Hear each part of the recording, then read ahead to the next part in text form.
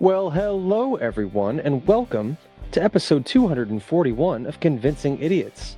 This week on the show, we are going to be telling you about AI vibe coding. You might not know what that is. Well, if you listen to this episode, you're going to find out. We're also going to be talking about a prominent sports figure who is going to be getting his very own biopic played by a prominent actor. And that leads us to our question this week. If we had to pick a famous sports personality to have their own movie, who would it be and who would it be portrayed by? And for our final segment, we are going to be going over our top character arcs in film and television. Some good, some bad. So don't let us stop you. Without further ado, let's start the show. You guys enjoy your whatever that is. All right, test. Convincing idiots. Called it ham gravy. I informed them that I sided with the stat man, not just anyone's opinion, the stat man Brian Fisher. These kids today. Jingle All the Way is in fact the best Christmas movie of all time.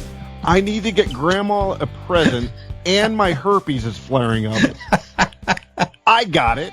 Mm-hmm. Yo, yo, yo. I'm the millennial We're Santa. three friends representing three different generations. That's our whole shtick. That's our thing. Mm-hmm. Nick got the whole poop.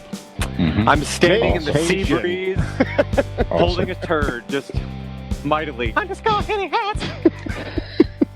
Anyway, on a lighter note, Hello out there. Welcome to the vodcast. Welcome to the podcast. Welcome to the broadcast.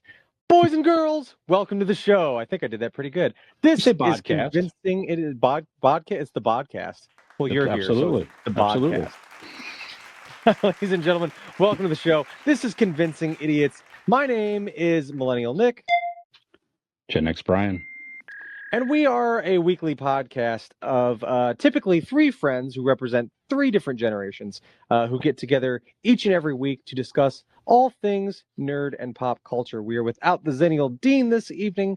However, the father-son duo of Gen X Brian and Yes. Millennial Nick are steering the ship. So Mhm. if you've not already done so, please be sure to go and find us on your favorite social media accounts. We are on the vast majority of them. You can find links to those by going to Google and typing in Convincing Idiots Linktree. That's LINKTREE. And you can follow those links to all of our accounts. So be sure to like, subscribe, rate, review, engage with us in any way that you see fit.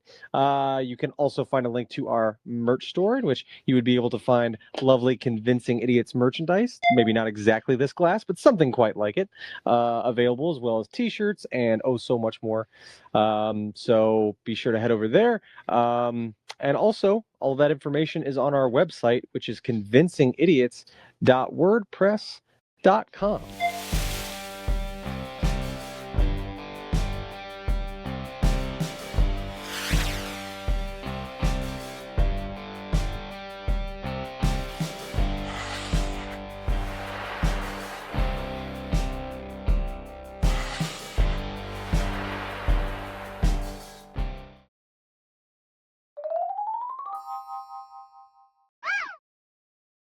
We're here for episode 241 of Mhm. Convincing Idiots, Brian. And although we are without Dean, we are not without our drinks. So what are you drinking this evening? I have a nice, refreshing Peroni. I don't know if you have Peroni or not. I've It's never a nice- had Peroni. Yes, it's an Italian beer. It's Italian lager. Very light, crisp.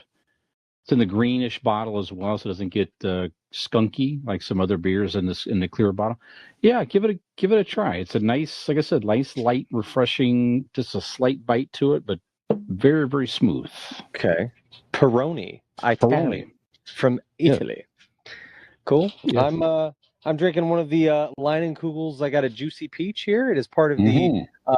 summer sampler series or whatever. It came in a case with the summer shandies, which are delicious, and my new personal favorite that I have found, which is the Liney Lodge Lime or something like that, a lime beer. Oh my god, that one's good.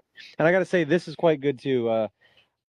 Since we're getting into summertime and we're drinking those kind of beers, I was a little hesitant to like have a peach beer. I've had like I don't totally. I love like peach tea, like actual tea, but when they do like the spiked peach flavor, it doesn't taste quite the same. So I was a little hesitant, but this is quite good, I must say.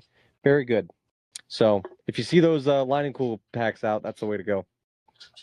I don't like a lot of shandies, but Leinenkugel definitely has a nice variety for sure.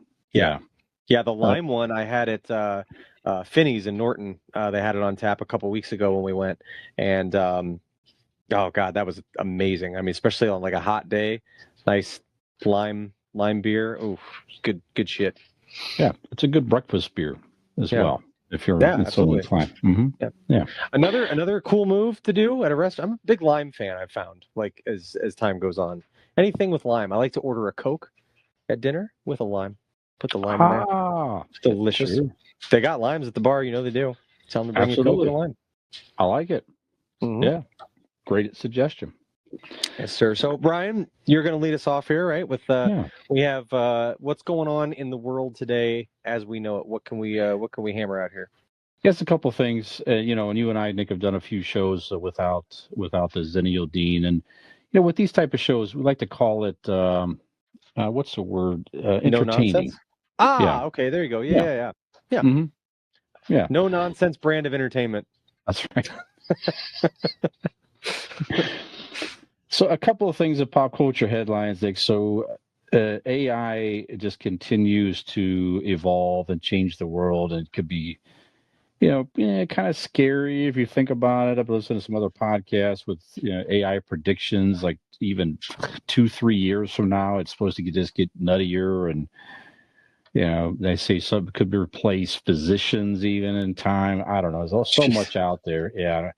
Real quick, and I don't know if this probably, I don't know if this steps on the toes of what you're about to say, but have you seen I saw a side-by-side comparison of what AI looked like 2 years ago versus now, and they were both of like Will Smith eating spaghetti, and it's insane. Like the one from like 2 years ago is like his face is kind of like morphing and like moving around, and it's an AI image someone's made of Will Smith eating spaghetti. I see. Yeah, and the spaghetti just kind of like disappearing into his like facial area, but it's real indescript and strange. And now it's like, the images you see where it's just a moving picture of him very detailed eating spaghetti. It's crazy. That's literally a difference from 2023 to 2025. Yeah, it's nuts. I mean, the image, like you said, the images on ChatGPT and X and all these things, it just create an image of anything you could think of, and it comes up in seconds, typically. It's just, wow. Well, I didn't know this existed here. So non-coders are using AI, to prompt their ideas into reality. So they call it vibe coding. So people can use artificial intelligence to slap together programs they didn't know how to build.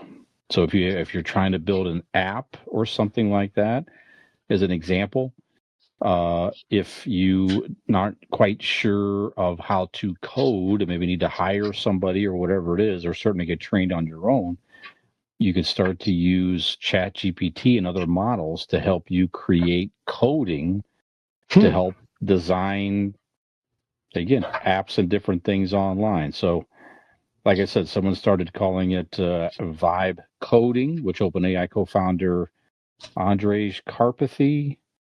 So he's widely known of coining the term. So he described it as a type of coding where you fully give into the vibe, embrace exponentials, and forget that the code even exists. So you can ask for the dumbest things like decrease the padding on the sidebar by half because I'm too lazy to find it. And it could help create that coding for you for your, again, websites, apps, whatever. So how far away are we from someone being like, teach me how to hack like Huntington Bank's mainframe? I don't know if it does. I mean, it does give you suggestions for different things. So again, the guardrails could get very, it'd be harder and harder to keep the guardrails up, is what I'm trying to say. It's dicey because there's no, like, a ChatGPT doesn't have morals. Like, it's not going to be like, that's a dangerous thing to ask for, or I can't teach you that because, So what do you think of the idea of vibe coding, Nick? I mean, I know you and I don't really do much of that on our own. We really haven't, Yeah, but if you're into that type of thing, you can get some help with AI. I don't know. Thoughts on that? it's cool in the respect that I would imagine you could maybe get a lot more done. Let's be a lot more efficient, I guess. Right? Sure, of course. I mean, it's hard for me to wrap my pea-sized brain around people who know how to code, like things like that. But like, I don't really understand that. You know what I mean? Like what that actually looks like. Um, but like, yeah, how would you?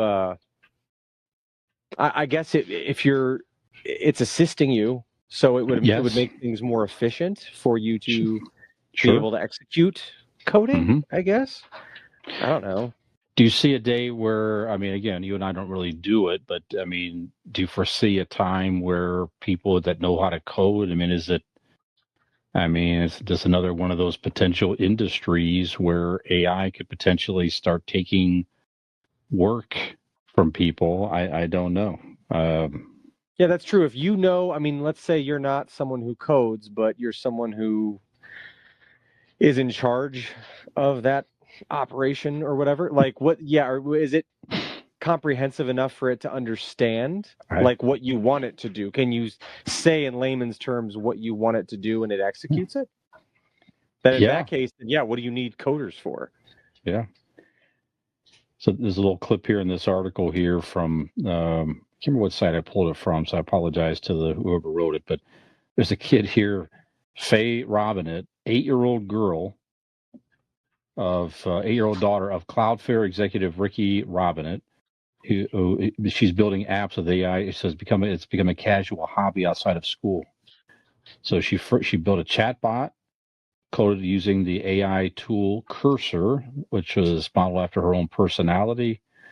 She made another one that talks like Harry Potter. So basically, young kids are using AI to help build apps and different things by using artificial Yeah, intelligence. So, which is crazy, and it makes sense because like, um, for example, when my kids were, I remember how like completely enamored by my children's ability to use the iPad that like my mhm, grandparents were. Like they'd see them use that, and like, look at that, just blew their mind. They're like, look at that. He's like 2 or 3 years old and he just knows how to, he can swipe through, he knows what to do, he knows, mhm, whatever. And it's true because they just grew up with that. They grew up in the cell phone, much like I did with computer. Like computers just made sense to me in ways that you're, you know, standing out from the pack on that because you work with computers and you understand technology more than probably the average person your age. But there's people that I work with that like just basic like Microsoft Word stuff. Like they don't know mhm, how to. Just computers don't mesh with their brains. They're more like mechanically driven and hands on, and pushing buttons to make things happen just doesn't compute with them. And to where, me growing up, we always had a computer, we always had video games. So like stuff just naturally falls into place. You just kind of know how to navigate that stuff. mhm. So it would make sense that, yeah, like kids growing up today, having access to chat GPT and all these, AI generated things like that stuff just makes sense to them. It's part of their world that they'll have to navigate.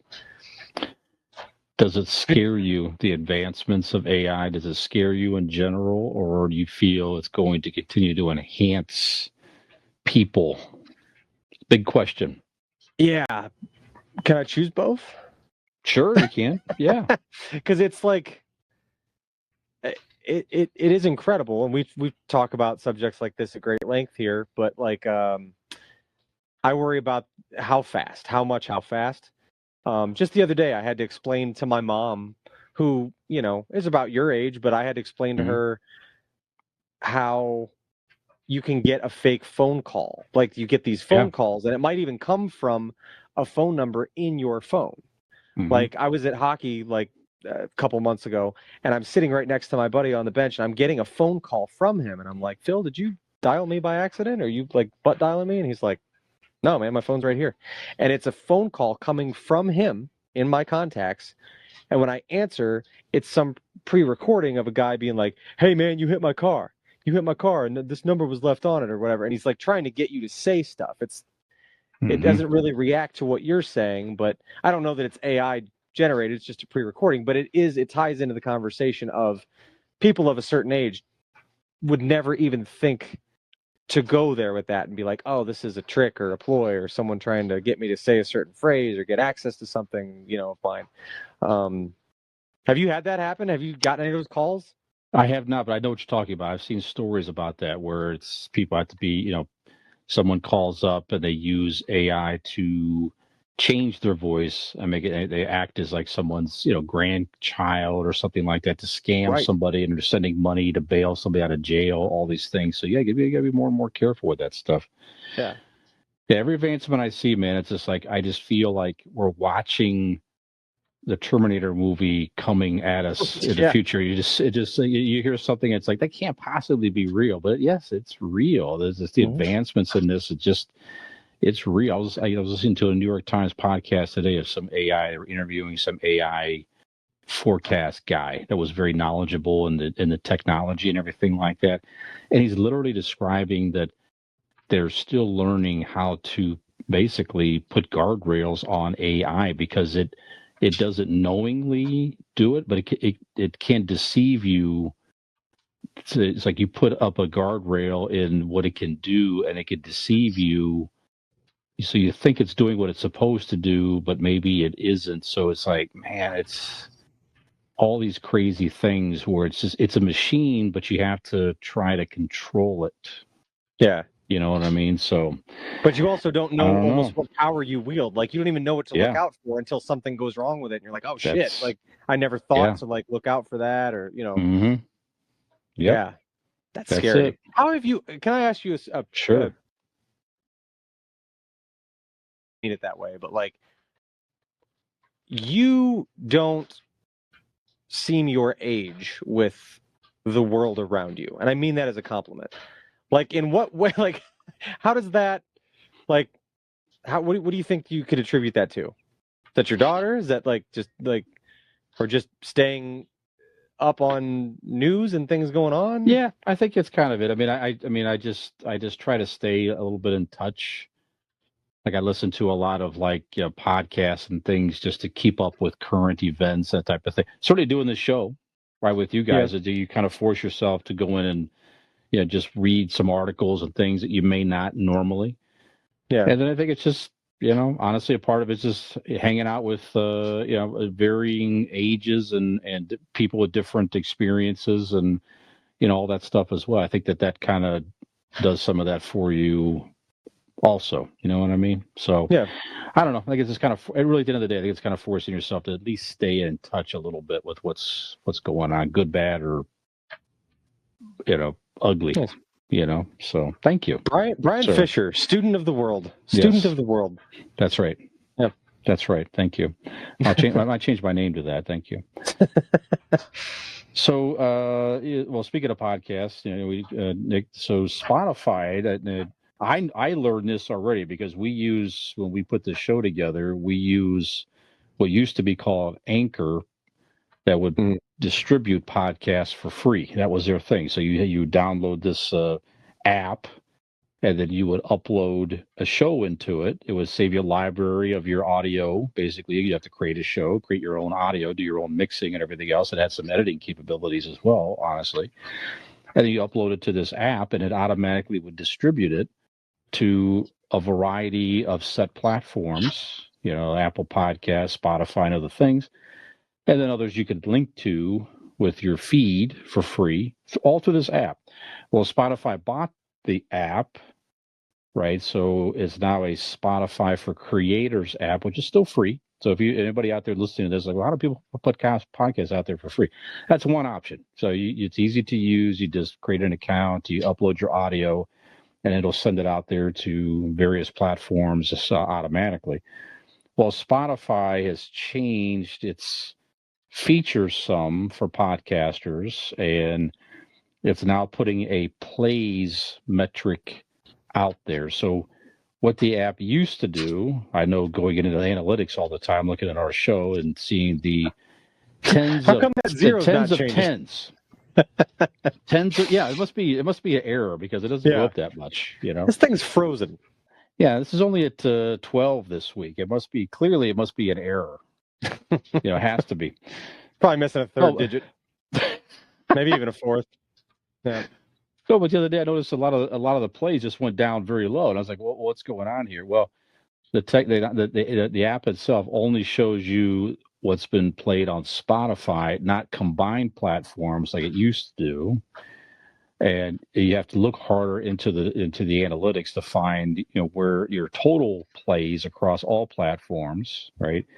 And then I guess it shows plays when people are on Spotify. Not that everybody listens to podcasts on Spotify. If you are, thank you. But it gives you the plays, I guess, for the podcast that you're looking at here. So there's a lot of people out there that's like, you know, Spotify's logic basically is, well, you know, you're trying to get creative and you want to hype up your show, and you know, the more plays might entice more people. Others are saying, even some that have a lot of plays are saying they don't like that because it hurts the smaller podcasts. So if somebody's like, looking at our show, for example, they may say, well, I'm not, you know, what is this show? And if you see, well, geez, only so many people are listening to it, you know, we're having fun with this. We're not expecting to make any money from this or anything. It's a way to stay connected. Speak for And yourself. thank you. I plan You're to right. I plan I to should quit not my speak job for within the myself. next 5 years. Okay. It's the Convincing Idiots podcast plan. Yes.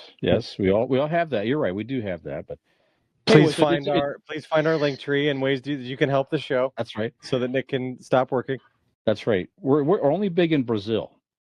That's Yeah. it. Brazil, India, a little bit, but yeah, we gotta pick up. Germany continues to grow. Nick, I'm not opposed to moving to any of those places. oh, That'd that be would be fun. maybe not India. We like India. We like our friends in India, but I Yeah, have some wow, way to go! lovely One of our three main countries. I don't really want to be in India. I like my coworkers in India. I love these many people, great folks, but I don't necessarily want to live there. Sorry, everybody, but anyway. So just changing the metrics up, it just kind of discourages smaller podcasts and things. So, and now Spotify is kind of taking some heat from people. Now they're sort of backpedaling a little bit. So I know that's a lot I just threw at you there. So, but if you're looking for podcasts out there, I mean, do you want to see like the number of plays? Does that encourage you to, or it's like, I don't want to listen, I don't want to look at all that because I don't want to be influenced by the number of plays on a podcast. If it seems interesting to me, I don't want to know necessarily how big or small it is. I don't want to be discouraged by the number of plays on the podcast. Or it's like, no, I do want to know. I do want to know because this seems kind of interesting. Is anybody else listening to this? Maybe it influences you to listen if it has higher plays. So what do you think about that metric? Good metric, bad metric, don't care. How does that influence you? What do you think? Speaking for me personally, I can honestly say I have never paid attention to the amount of downloads or plays or anything. It's never been a factor. I've never even looked at it for a podcast. For me, when I'm looking for a podcast, it's usually, I want to say it's rare that I seek out a podcast blindly, right? But if I stumble upon one, it solely comes down to the content. Like, what are they talking about? And then, like, I'll listen to it and be like, do I like the dynamic?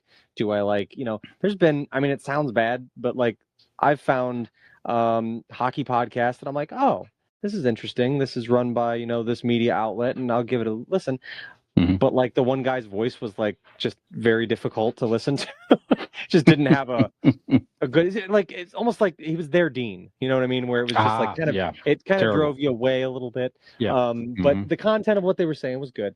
But no, typically I'll go, it's based on what are they talking about. Like there's a podcast I listen to religiously. They come out with 3-hour podcasts like twice a week, and I haven't missed an episode in like 15 years.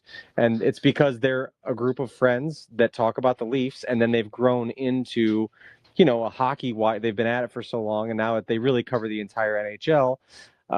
But it started out as very, Toronto Maple Leaf centric, and I just love the dynamic of them and love listening to those guys. Steve Dangle podcast and stuff like that. There's just certain ones. If I want to listen to a podcast about science, there's tons of them out there, but I like the ones that, the host has a little something extra to offer, or maybe they're funny. Or I listen to Ologies a lot by Allie Ward. I don't know if you're familiar with that one, but she's got a great podcast. It's very comprehensive. She brings on experts of different scientists, of, different types of animals, or different, some on fungi, or there's plants, or different, all kinds of stuff, anything you can imagine. She'll bring on a scientific expert who studies this thing, and they'll have a conversation and put it in layman's terms to where you can understand it.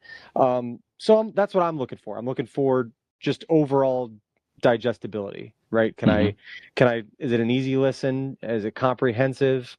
If they're funny, or, like they have a good, group dynamic, that's definitely helpful. But yeah, I listen to like science podcasts, hockey, a couple basketball podcasts and stuff like that. Just,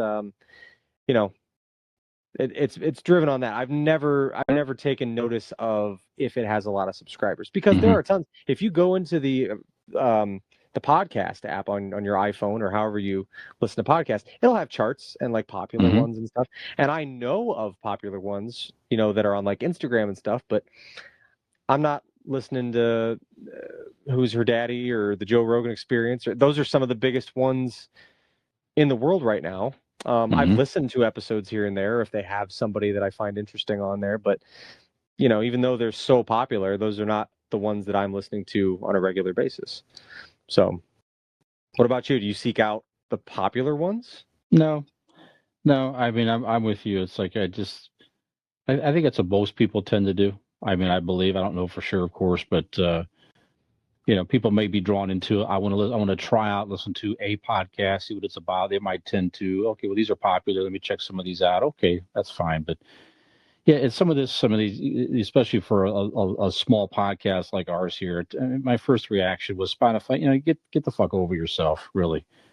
I mean, what are you trying to do? You're trying to motivate us to try to get more listens specifically on your platform. I mean, give me a fucking break. You know what I mean? I mean, what are we supposed to do? If anything else, now it could discourage. What do you want us to fire Dean? Come on. Right. I mean, we're gonna do promote Spotify more than Apple Podcasts and try to get another, 14 listens. I mean, what do you come on, man? Right. So get over yourself. Give people that put stuff out there using your platform. Give us all the stats. We just put everything back out there. And a lot of nice stats. How many downloads and streams that you have across all platforms, and what platforms are people listening to you, what countries? It's just interesting. Sure. But don't just show us like the number of plays on Spotify. Don't show people the number of plays. And, we need all the listens we can get. Don't discourage people in any way of trying to check out somebody new, just putting stuff out there to have fun and as a creative outlet. So it'll be interesting to see if they keep it or not. But it makes me want to jump to another distributor, to be honest with you. But I would need to do research and figure it out. And Spotify for creators, again, originally built by Anchor, is very easy to use. So from the ease of it, maybe not likely to switch. But just get the fuck over yourselves, man. Just I don't know. So no, for sure. So was Anchor its own company that was then bought by Spotify? Okay. Yes. Because I did notice that that Anchor just went away one day. Like it's gone. Yep. Got bought out, and one day they announced, as of this date, we're switching over, and that was that. Gotcha. So good for those guys. Whoever put it together. I mean, sure. They created something good. Yep. Cash in. Yep. Well, we saw a very interesting preview. It was a social media. It made its way around social media this week. We shared it in our Convincing Idiots group chat here. Not a guy that I would envision playing this role, really, but I am definitely interested in seeing the movie when it comes out here. It'll be a biopic of the great, legendary NFL coach John Madden, played by Nicolas Cage, which I would not expect Nicolas Cage to play John Madden. And Christian Bale, you wouldn't even recognize him unless you look very closely, is portraying the late Raiders owner Al Davis. So I'm definitely interested in the movie. There's an excellent documentary about Madden out there, just called Madden. I don't know where you can find it right now. You probably can find it on streaming. I can't remember where I saw it, but just just a great man, great coach, great family man, and had so many great acts of his life, from coach to player to coach to Hall of Fame to broadcaster Commentator, to the video there's a lot. game There's people know him impact. just from the video game. There's plenty of people that only know him as the name on the video game. They probably don't know much else at all other than Right. the name. Yeah. But I'm definitely interested in the movie. So, I mean, you can give a thought on that too, and this will take us to our Ask an Idiot question too, Nick. So, beyond the Mad movie here, if it's of interest to you or not, but what sports hero, living or dead, would you like to see a biopic made of? And who would you want to see play him or her? So, first of all, if you have any thoughts on the Mad movie, great, and then you can answer the question whenever you're ready. Yeah. So I was, I was scrolling through Instagram and found that, Nicolas Cage is John Madden and Christian Bale Put on there. some weight too. Looks like you put on some weight for the role. And like you said, that's not somebody I would have remotely had in mind to portray John Madden. No, but he looked good. Like Yeah. when they had it, I don't know if there's any type of, prosthetics going or with makeup or whatever. I don't know. But he didn't look bad. He actually No. looked pretty good. So I am interested to see that. The other thing, it's not to say you have to sound like John Madden, but I feel like the voice of John Madden is important, like Yes. to the character, to bring out, who he was. And like you said, I mean, you heard his voice so much I grew up with him as the broadcaster. I mean, he was the voice of, Was the 90s football Cowboys, dude. Yeah, he was doing the Fox broadcasts, and then didn't he move to Monday Night Football or Sunday night? Maybe he was on one of those did. with He was on Al CBS and Michaels Fox when or Fox. Pat Summerall, and then Al Pat Michaels. Summerall. I think. Yep. So his voice narrated football of my childhood, and then if not there, him and Pat Summerall were the voices on the Madden games growing up. So Absolutely. they, in my head, called basically every football game that I was taken in. So I feel like that's kind of an important part. So that part I'm kind of curious to see, because Nicolas Cage in his own right is a very distinct voice and vibe all of his own, and they don't really intersect. They're not really the same. So maybe you bring like Frank Caliendo in to like do the voiceover. That would be great. He's perfect. Yeah. So that part will be interesting to see. But I think, like I said, just from the picture that I saw, the two of them, they both looked great. So that's encouraging. But that got me thinking, right? What are some great athletes or people in sports? And I just kept coming back to New York Knicks great Patrick Ewing. And I'm like, who would serve justice better to a New York Knicks legend than a New York Knicks legendary fan? And it's got to be Timothy Chalamet. I mean, he's at all the games. Timothy Chalamet is Patrick Ewing. I mean, I just feel like it's a can't miss. That's quite the role. No, that's not my answer, but I've been seeing on through my feed like Timothy Chalamet's at every Knicks game and whatever. Yep. And I'm like, there you go. Yeah, why doesn't he play in New York Knicks? Like, Knicks great Patrick Ewing. Why not? There you go. They're almost the same guy anyway. I mean, sure, absolutely. Yep. But it did get me on the topic of basketball, and make no mistake, the day will come when Akron, Ohio's own LeBron James gets his own film. He absolutely will. There will be a biopic about LeBron. I mean, he's been in Space Jam, and that's a nice way to start a filmmaking career. Sure. But someone will portray him at some point, and because he does, he has an incredible story. When you think of how he grew up and not coming from much necessarily growing up, and being this phenom, and the pressures of growing into that, and not only like, it still sometimes boggles my mind when I really think about it, that he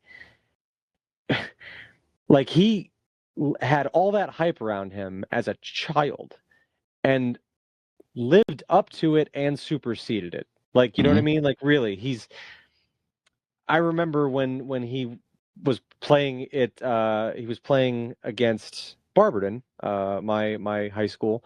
And I was young yet. I think I might have been a freshman, or maybe I wasn't quite even in high school yet, but he came to play against Barberton. It was a huge thing. I mean, like, it was packed. There were TV crews there. Like, I mean, it was like a big deal that St. V was coming to play Barber and LeBron James was going to be there. And I just remember, like, a lot of people, it was easy to get kind of turned off by all that hype. You're like, oh my God, you know what I mean? It's like people are acting like he's going to be the next Michael Jordan. Like, calm down, Jesus Christ. Well, I'll be goddamned if like I used to think that's insane that like there will never be another. And I still don't think he is, in my personal opinion, that he is to that level. I don't think anybody ever will be, but I could be biased. Well, I don't know. But nonetheless, it's saying something to the fact that here we sit all these years later, and I'm like, I mean, you can absolutely make that argument. You can have that discussion that is he as good as or better than Michael Jordan? Sure. That's insane. So all that to say, long-winded way of saying the guy has an incredible story to tell, and it would make an incredible movie. Not to mention all the philanthropy and all the good things he does, and gives back to the community. And he's, by all intent and purposes, from what we know, been a pretty stand-up guy all the way through it. Much like John Madden, family man, all that stuff, and been with his high school sweetheart. So that would be a cool story to see on the big screen. And I think when I think actors that could maybe pull off the role physically and also deliver a great performance, I just kept coming back to Michael B. Jordan, oddly enough. Yeah. Not Michael Jordan, but Michael B. Jordan. Yeah. To play LeBron James. Yeah. Guy's just absolutely shredded. I mean, he's just, Mhm. he's built, he's got the build for it. Probably want to maybe bulk up a little bit more. LeBron's like a little bit of a bulkier, muscular build, but not like he couldn't do something like that. I don't know. When he was I like Killmonger in that. that fight scene, I don't know. He could probably pull off a LeBron James. So Yeah. and he's an incredible actor. So Mhm. I think if I had my pick, I'd like to see when the day comes. I'd like to see LeBron James' story played by Michael B. Jordan. I like that a lot. Yeah. So, well, what do you think? And you can't use Timothy Chalamet again. He's already been taken. Well, that's tough. That's tough because I was thinking Larry Bird with Timothy Chalamet. Yeah. Yep. Similar mustache. Pull off a nice little wispy mustache. Yep. For me, one of the most admirable athletes ever played for one of our favorite NFL team, Roger Staubach. Oh yeah. Everything you hear and see of that guy, he's just a super admirable dude. He made it. He was drafted late because he served in the Navy. So he started his NFL career late. Had certainly an excellent, literally a Hall of Fame NFL career. Always just like an upstanding dude, family man, created a great business. And just every time there was a documentary about him on one of those like 30 for, no, it was like not 30 for 30, but maybe it was, I don't know, but just his teammates as older men, even how much they speak of him in high regard. You know what I'm saying? So I would love to see a biopic of Roger Staubach. I'm like, well, who could play him? And different thoughts come to mind. Glenn Powell. How about that, Glenn Powell? He's been in various movies here lately. Most recently, he was in the Twister sequel. Twisters. Yeah. Twisters. Okay. Yes, he was also in, I think, the last Top Gun movie. I think he had a part I know who you're talking there. about. I know who you're talking about. Yeah, that'd be great. And he's going to be in the Running Man reboot, Nick, the Arnold Schwarzenegger. He's going to play the Arnold Schwarzenegger role. So, yeah, everything I see him in, he's great. And certainly he's got an athletic build. He's got the similar, face structure as Roger and when he was younger. I just would love to see that'd be one of those movies where it's like similar to Madden, just like, who is this guy? He's just a good, solid, upstanding dude that had a great career and great family and all that stuff. The end. Yeah. So. And another guy with multiple acts to his career, multiple different, things to highlight that he did with his life and his career. Absolutely. So that's it. Yeah. Good question. And as far as a bad movie, again, definitely interested. Highly interested. Yeah. Yeah. Give me anything John Madden, I will watch it. Just For sure. loved him so much, So You know what would yeah. even be better if in the Madden movie Nicolas Cage doesn't try to do John Madden at all. He just sounds like the most Nicolas Cage version of himself. Boom! Wow. Here's Brett the thing: you're going to see the Favre. quarterback come out of the pocket right here, and then boom, right there, right in the end zone. Yeah, just be Nicolas Cage, but dressed as John Madden, but still sound very Nicolas Cage. Yeah.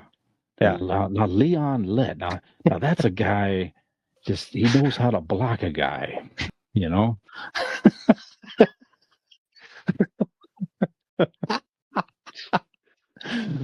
I'm highly interested. Who plays Pat Summerall? Man. I don't know. Yeah, I don't know. That's a good one. Oh, Christopher Walken. Christopher Walken as Pat Summerall. Come on. John, what I'm seeing here. Yep. The first and 13, and I don't understand.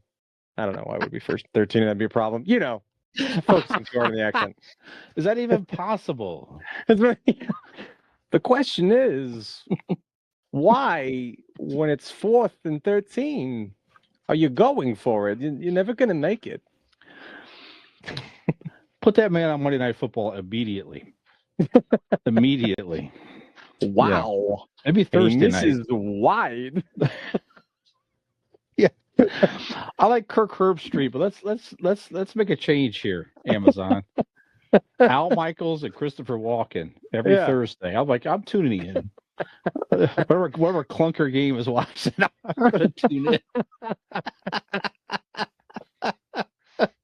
I just found out today that Jacksonville had a football team. Wow.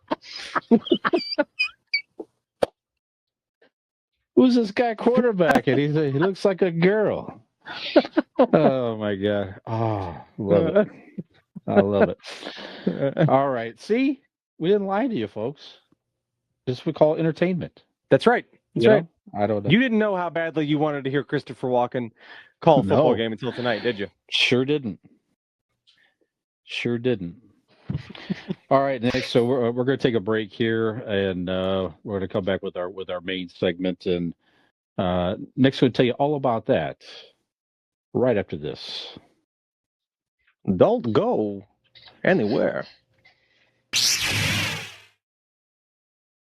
Gen X Brian here from the Convincing Idiots podcast. If you're enjoying our show, tell a friend. And if you're not, well, tell 2 enemies.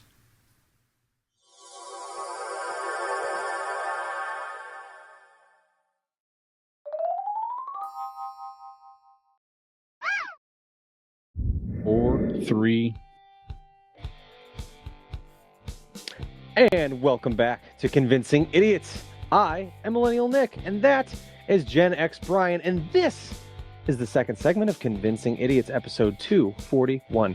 So, there you sit on pins and needles, waiting just to hear what tantalizing little segment we have in store for you. Well, wait no longer. For our final segment this evening, we're going to be discussing some of our favorite character arcs of all times in television. Over a long-running TV series, you get to know different characters, and as they go, and as most well-written shows go, you might find that characters, maybe the dynamic changes, maybe they change, or due to the experiences they're going through in said show. So we're going to discuss some of our favorite character arcs. So Brian, why don't you start us off? Now, I use movies too. I didn't make that clear. So whatever character arc you want to use, TV or movies, is certainly completely fine, right? So, so my first one is for movie, and these are movie. It's I watch variations of this character every holiday season. Any version of this character you watch, I don't care what, there's many different versions of him out there. And I always find it to be a very nice and warm holiday story. It's never too late to change. Ebenezer Scrooge, Nick. Yeah. We all know the story. Christmas, so many versions of Christmas Carol, Muppets, and Jim Carrey animated, and there's so many out there, Yep. So just a great holiday story. Have to watch. I don't care. That's always a story I will watch every holiday season without fail, and it always touches my heart to see him, learn Yeah. and realize that he can make a positive difference. Even it's not too late for him. Yeah, absolutely. Definitely a character arc for the better. What's your favorite version? Like, if you only could watch one version of that story of a Christmas Carol, like which one is it going to be? The two I watch most years is between the Muppets one with Michael Caine, yeah. Mm-hmm. And then I tend to like the weird Jim Carrey version. It's just the animation's pretty good, but it's very true to the story. That's one I just keep coming back to every year. It didn't do well in the theater. I watched it with Peyton growing up. I mean, that probably has something that's tied to a nice memory watching with her as a young kid. But how about you? Do you have a favorite version? Mine would be Muppets. Yeah. Yeah. It not only, I don't know, it's just the one that I've always loved, the Muppet one. It's one that I have to watch every Christmas. Michael Caine is fantastic in it. And also visually, like, it's very interesting with the renditions of the ghosts and stuff. I just think it's visually very cool. So yeah, that's always good. And the Mickey Mouse one is very good too, by the way, where it's Scrooge McDuck. Yeah. And Mickey Mouse is Cratchit, and it's a half an hour. It's a half an hour version on Disney. You can find it there. Also extremely well done. Yeah. Also, shout out to the version on the Hallmark Channel. It's not the Hallmark that you're thinking of nowadays, where like they make all the rom-com kind of Christmas movies. But like when Hallmark was doing just like a special movie for the year, they did a version of the Christmas Carol, and it's really good because like he's the most like brutal and like disgusted by poor people, and that one's my favorite is in that regard. The more disdain someone has for the poors, the more I like that version of Scrooge. Yeah. That's a good one. Yeah. What's first on your? I said it had to be your favorite one. But what's one on your list? Yeah. First one I wrote down is an easy one. It's probably one of the most famous in all of television, and it's Walter White. Because in Breaking Bad, we see Walter White go from this timid, very well-meaning, good-hearted, kind of a doormat of a character. And when his back is up against the wall and he's faced with the uncertainty of his future, and finding ways to, pay for his battle with cancer, and he becomes a drug lord in the process, and then just kind of becomes addicted to what comes along with that, and not drugs obviously, but the power and everything that comes with it. It's really that, I mean, we've talked about it on the show many times. It's just such a well done. That is one show that I don't care who you are. I've never met someone who's like, I didn't really like that show that much. Anyone who's watched it, I mean, it 1,000% lives up to the hype, and I think a big part of that is the realness of the characters, the way they all play off each other, and they all grow throughout the series. Some for better, some certainly in Walter White's case for the worse. Like he's a much worse person at the end of that show than where he began. But in some ways you get those little pockets where you're kind of like, yeah, good for him. Like but then it just kind of. It's like watching, somebody walk across a seesaw. You start at this extreme end and you end up all the way over here, and you kind of reach that point in the middle where it's got a healthy balance, but it just keeps going and going. And I think that's the best part about it, is that it's just so feels so authentic and feels so real. So Walter White was definitely not one for the better, I wouldn't say. He's certainly a villain in Breaking Bad, but just great to watch the extreme dynamic of that character change. That's good. Very good. Another movie. Most of mine are movies. Tony Stark.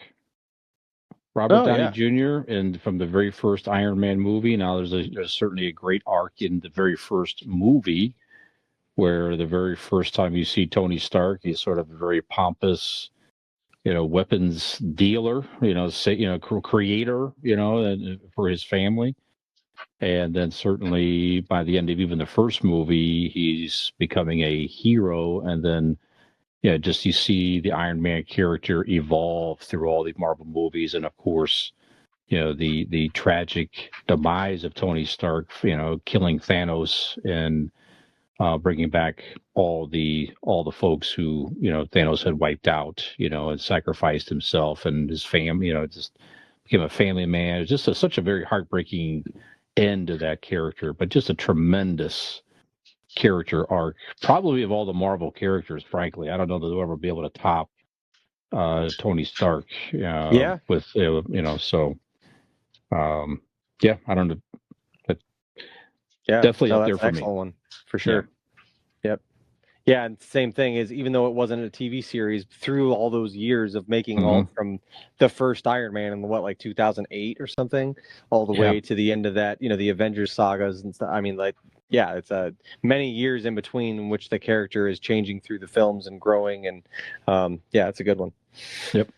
So my next one, this is a fun one. I'm gonna go. This is a show that we both enjoy, and I think Dean's relatively new to it as well, but also enjoys it. And we're getting ready for the final season coming up. Is Stranger Things, and more specifically, my favorite character arc is Steve. Steve was an asshole when that show started. Yeah. He was the popular jock. I don't know if he was necessarily a bully, but he certainly was a bully type figure to some. And Steve did a complete, just fun-loving 180, and he is just fantastic. He's hanging out with the kids, and he's got a good heart. And in the last season that we saw, he even made a point to kind of apologize to Nancy, where he had a heart-to-heart with her about how he used to be and how he felt bad about that. And but it's just, the dynamic of him and Dustin specifically on Stranger Things. But I just love it. I love that they took a character like that was just, I mean, very hateable in the beginning. Just like I said, that typical high school jock, just kind of dickhead, and that they made him this kind of funny, lovable character that hangs out with the kids and kind of is their protector in a way. And yeah, he's hands down my favorite part of Stranger Things. So I would Steve from Stranger Things makes my list. Very good one. Excellent. We gotta have some Star Wars in here, Nick. Star Wars movies certainly. I mean, the huge arc with the trilogies and everything else here. How about Han Solo? Yeah. It certainly started out as we all. I mean, again, if you're even a casual Star Wars fan, you all know the story. Han Solo, smuggler. Yeah. Kind of gets hooked up with borderline a villain in the beginning. I mean, kind of, not in such a stark way, but I mean, certainly he's not a good guy. No, he's not. When it starts, cares about himself, cares about money, even to the very end of the very first Star Wars movie, and decides to join their help save Luke, and that certainly begins the arc of the hero Han Solo, hero, family man, tragic father, everything. So just a great arc for that. Not the best ending of him, certainly, but great arc throughout the Star Wars movies for sure. Yeah. Really drives home, though, the way it did end for him was very sad and kind of a meek way to go out. And for a character that started off so, badass and just out for himself and, just live in the moment kind of thing, just that in itself is a huge contrast from where you picked up with him to kind of how it all ends, Absolutely. He literally sacrificed his life for the chance at salvaging a relationship with his son. That's right. Yeah. That's right. That's a really good one. I wouldn't have thought of Han Solo, but that's a really good one. Yeah. Who's next on your list, Nick? I'll tell you what. I'll keep it Star Wars. Another easy one. Anakin Skywalker. And this arc is, I don't know if it's an arc so much as it is like the golden arches from M&M or from McDonald's. It's kind of like he starts out as this innocent, sweet little boy who's just wanting a better life for him and his mom. He loves his mom, and then he goes over. Obviously there's a big arc in there of how he changes than how he gets there, but he obviously becomes Darth Vader, the Sith Lord, and then at the very end comes back around, and there's still good in him, and he sacrifices himself for his son as well. So yeah, that's an easy one. Certainly, I mean, people who aren't Star Wars fans or think that Star Wars is this big nerdy thing or it's this big cultural thing that they don't quite understand. You can say that all you want, but the way that the story of Darth Vader / Anakin Skywalker goes, it has a lot of just twists and turns, and the dynamics of it. It is actually really like interesting and well thought out. It's not just a simple little good guy turns bad. There's just a lot of and the way that they go back, I guess, and tell the story of what got him there, I thought was pretty well done. The movies, and you can pick things here and there about it, but I thought they did a really decent job, at least in the prequels, of illustrating that kind of transition for him. But yeah, Anakin Skywalker, Darth Vader, very interesting character arc there. Very good. I had him as well on my list. Nice. Another good one of my favorite movies. He made an appearance in 2 of the movies here, but he really had his arc in the very first movie. How about George McFly, Nick? Back to the Future. So, have you seen the? I mean, you've had to have seen the back. Okay, that's right. Oh my God. That's right. Oh my God. Every Gen X person right now listening is like, "Oh my God!" I'm I can't sorry. believe I this know. kid has not watched the Back to the Future. But that's just a fun summertime movie, by the way. That'd be an excellent movie night option for sure. The first one's still one of my favorite movies here. But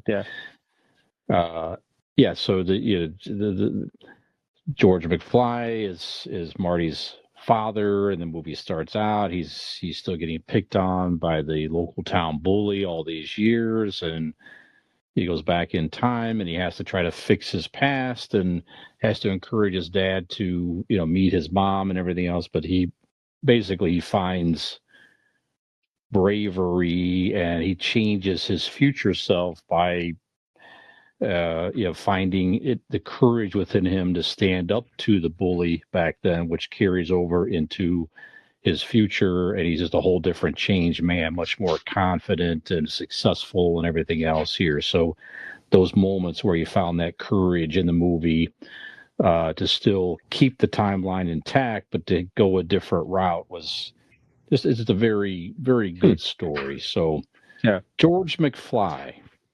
And for the record, Back to the Future is one of those ones. It was like Beetlejuice for me.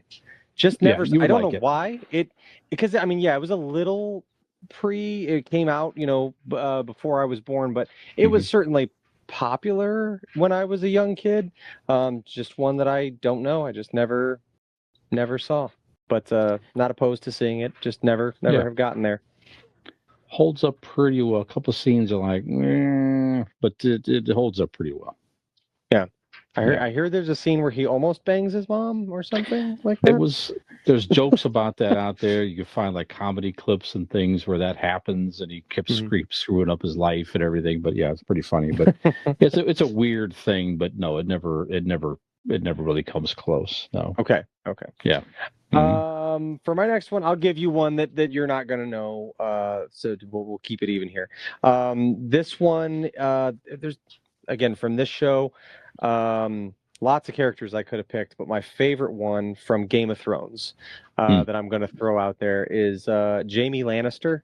So to give you, I know you've not watched Game of Thrones, right? Okay. So Jaime Lannister, as it begins, he is.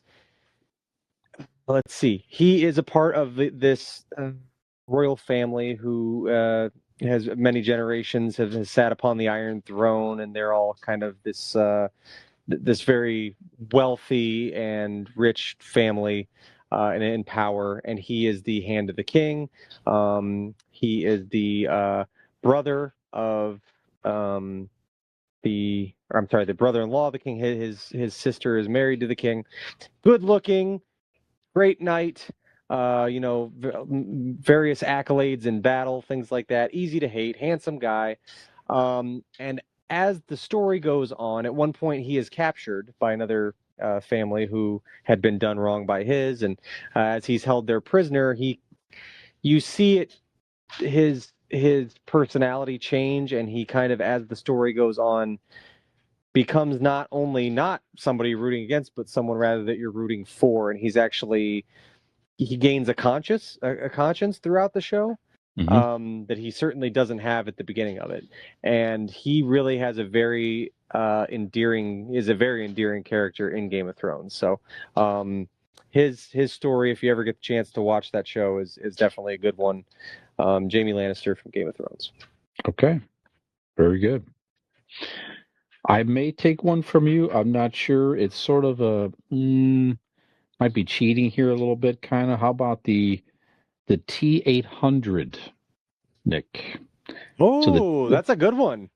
So the original, it's not the same robot though, so it's kind of cheating a little bit here. But we know the T-800 is the Terminator robot with the Arnold Schwarzenegger skin to it in the original Terminator movie. Of course, we know that robot was destroyed at the beginning of the first movie, but a duplicate of it was sent back in time by John Connor, obviously played by Arnold Schwarzenegger again, but to help protect the young John Connor and Sarah Connor, right? So it's the same, of course, obviously same actor, same robot, but he's the hero in the second Terminator movie, which is a very interesting take on that character and the robot and everything else. So you're fighting a more modern robot killer and everything else. So kind of cheating. Is it an acceptable answer? I don't know, but it was very cool to see the same premise of the robot being the ultimate villain in the first movie to, of course, become the ultimate hero in the next movie. Yeah, that's a good one. Because like you said, they're different but the same, right? Right. In Arnold's autobiography, Total Recall, he talks about this. He tells the story about like how he had to be talked into that. Well, like James Cameron brought him that and was like, he goes, in this one, we're gonna make him a good guy. He's like, I'm a killing machine. I can't be a good. He did not want to do that. He did not like that story at all. And I think the deal he made with him is he told Jim Cameron, well, because he's still gonna kill people, right? And he's like, yeah. And he goes, I want to kill twice as many people, and I want to use bigger guns, and I want to like he's gonna be a good guy. He's got to be, certainly did. He's still got to be the Terminator, right? So. Yeah, and arguably overall a better movie than the first one. I certainly prefer Judgment Day to the first. I love the first one, but Judgment Day is, I think, the best one. Okay, for my next one, tell you what, I didn't originally have this one written down, but you got the wheels turning when you brought up Iron Man. I'm going to go with Loki. Great one. When you said, I'm like, you're right, there might not, but I'm like, if anyone's giving Iron Man a run for his money with that drastic character change, Loki is definitely one of them. I feel like the character of Loki, and I don't know if that's just because Tom Hiddleston or Loki, the character, is just so charismatic, but you always had an underlying feeling that even when he was a bad guy, that he wasn't that, like, he wasn't all, it wasn't totally believable that he was all bad, right? But his character changes so much through certainly the Thor movies to the Avengers movies, and then in the TV series it's just a total flip. So I feel like Loki's a really good one there. You definitely see the very depths of his villain in, I think I think it was the second Thor where he was part of killing Anthony Hopkins' character. I don't know. There was there again a lot of ups and downs. Second or the third, but yeah, you're right. Because he's so deceptive, and like you don't really ever know when he's really aiming to be good or bad, or when it's a plot or a ploy. So, but you certainly see that character change in the Loki series. So, Loki's on my list as well. That's a great one. I mean, you Yeah. probably could go back and forth between Tony Stark and Loki, frankly, if you really sit down and Sure. think about it. So, Yeah. also again, saved a whole universe, right? Several universes, right? Yeah. At the end of the Loki series, absolutely. And himself Yeah. sacrificed Right. himself in his own right, where he's Mhm. sort of stuck as the time master, right? So, Yeah. yeah. hmm Very good one. I think let's see. Did I have five? One, two, three, four, five. I think I had my five. Was that your fifth? That's my fourth, I think, right? Oh no, I did do five. I did Jamie. I forgot to check that one off. Yeah. Okay. Okay. Any Honorable. honorable mentions, sir? You want to I do mention? actually have some honorable mentions. I did mention Game of Thrones, and that there were multiples. I had a second Game of Thrones one, and it would be Sansa Stark. She's the daughter of the Stark family that hails from Winterfell. And at the hmm beginning of the show, she is, I don't know, probably 13, 14 years old. And she's, this sweet, girly girl that, well, I shouldn't say sweet. She's kind of stuck up and spoiled, but, she's of the royal family of her, homeland, and she's to be promised to marry a prince, and she wants to be a princess, and that's her whole goal, and whatever. That she doesn't really think too far beyond that. And then Game of Thrones happens, and everything you've ever known and loved has been just horribly, violently ripped away from you, and over and over again. So her character changes a lot, and you go from her being kind of this spoiled, stuck up, you know, little brat to being someone who ends up leading her family back to prominence, and can stand up for herself and rule in her own right. And it's a really cool, powerful female character in Game of Thrones. So she's on my at least honorable mention.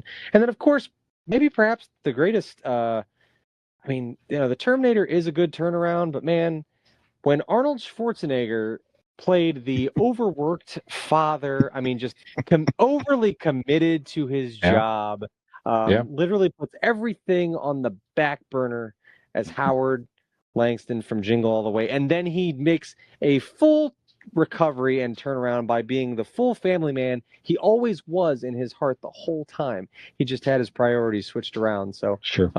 there's a little lesson in Jingle All the Way for everybody. And Arnold Schwarzenegger does a great job as Howard Langston, getting you to realize that. So, Of course. yep. We can't leave him off.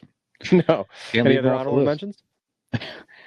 I had Sam Malone. Cheers. I think back and watching that character evolve over many years of that show. I know you weren't much of a Cheers fan. It was definitely a show that I grew up with and watched for many years. So the character started out as very much of a playboy type guy, dating multiple women, everything else, and then he winds up falling in love and doesn't work out, and then he kind of falls in love again, doesn't really work out, and realizes that his true love is his bar and his friends and everything else here. So it just he definitely evolved as a character and as a man on that show. I thought throughout the years, definitely learned some lessons the hard way.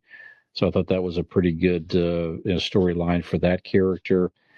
I also have Doc Holliday in the movie Tombstone, the great Val Kilmer. Yeah. I mean, he makes that character makes so many of our lists in general. Yeah. Favorite this, favorite that, but just good. I mean, the character started out certainly just a gambler and drinker, and practically killing himself with his habits, and then realize just stands up and fights for his friend. He doesn't have many friends, and decides he's going to stand alongside Wyatt Earp and defend him and his cause, and and dies knowing that he did that, and he had a true friend there.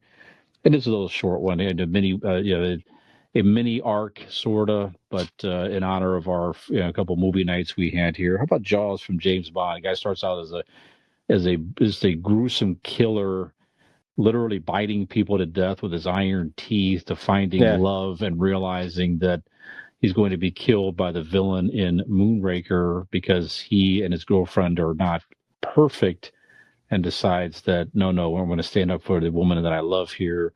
Winds up rescuing James Bond actually, and escapes at the end. And that was actually a nice happy ending for Jaws, Yeah. going on there. Yeah, so that was it. So And plenty then others we could finishes the think of. third act as just a nice retired gentleman who, watching a golf match, defending his ex-employee.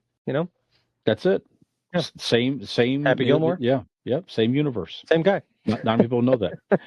Moonraker and Happy Gilmore, same universe. Yep. Yeah. Yeah. Very good. Plenty of those we can think of, I'm sure. But go ahead, Nick. You have another arc for us? I don't, but I was gonna say, like, we were saying that you brought up Val Kilmer and Tombstone. Like, we should have a list of our top 5 most mentioned actors or characters in our top 5 list. Sure. That would be he would definitely be on it. Yeah, without question. Val Kilmer, you got Arnold. He makes it a lot. Yeah, Of John course. Hamm. He makes a lot of appearances. Obviously, just as John Hamm. Yeah, sure. Yeah. Good shit, man. Nick, we have done it. We have done it. We have steered the ship home.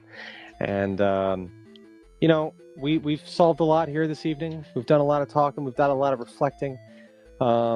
Maybe it's time for you, the listener, to do some reflecting. Reflect upon yourself and your decisions lately. Have you decided to go find Convincing Idiots on all your favorite social media accounts? Well, if you haven't, then I would like to invite you to go to Google and type in Convincing Idiots Linktree, Linkttree. We've laid them all out for you, all the options to engage with us online, so please do so. You can also find that and so much more on our website, which is convincingidiots.wordpress.com. So, for this episode of Convincing Idiots, I am Millennial Nick. Gen X Brian. Have we convinced you to perhaps take a look in the mirror and make a character arc of your own today? You might just need it. Hey, Dean with Convincing Idiots. Brian and Nick here. Like and subscribe.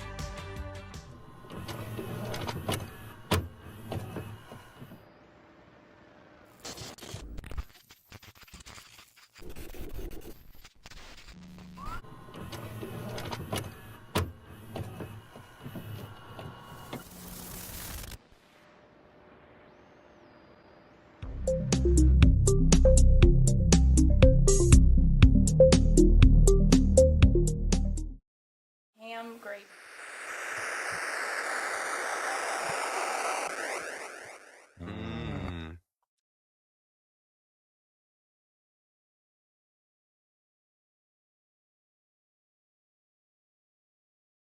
Have you tried the Busch Light apple?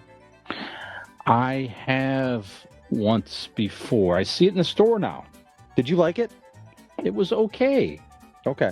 I liked it a lot. I think I just was really not They're expecting not thought, I tell you that. much. And when I had it, I was like, holy shit. The first year they came out with it, I think I bought like a 12-pack because me and Dean were talking about it. And I was like, oh, yeah, I've heard of that. And I'm like, yeah, if I ever see some, I'll have to get some.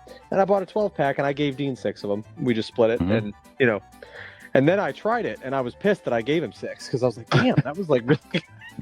But I saw it in the store and I'm like, oh, yeah, you know what? I'm going to have to get a case because me and the guy at work are always talking about it.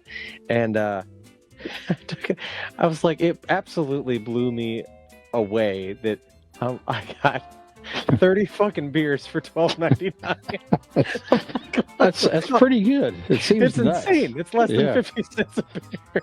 I'm like, that's wild. I mean, granted, they're only like 4.1%. But I'm like, coming from drinking craft beer and paying sometimes $22 to $24 for 4 beers, for 4 pints. And then like, even when I buy a case of beer, just my regular drinking beer is either Molson or Labatt, and it's like $22 for, 24 of them. And I'm like, holy shit, it was $12.99. And I'm like, I can't tell you how many times I took a double take at the sign and what was in, because I'm like, that's that for a 30-pack, is it? I'm like, yeah, it is. $12.99 for 30 fucking beers. That's crazy. I have to get some now. Yeah, Giant Eagle. $12.99.